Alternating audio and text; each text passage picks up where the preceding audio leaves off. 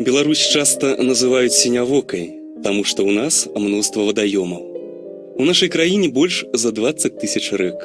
Назвы самых вялікіх табе найхутчэй даводзілася чуць: Днепр, Заходняя Двина, Неман, Припять.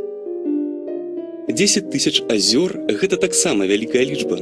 Самыя знакамітыя сярод іх возера Нарач, якое яшчэ называюць беларускім морам, Браслаўскія азёры, возера Свіцязь.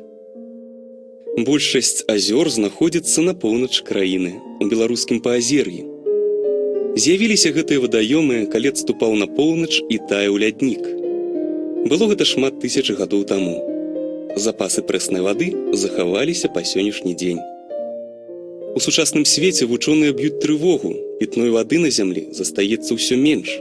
І мы, уладальнікі сапраўднага скарбу, мноства вадаёмаў з прэснай вадой, павінны захоўваць багацце, падараванае нам прыродай, зберагаць азёры і рэкі ад забруджвання.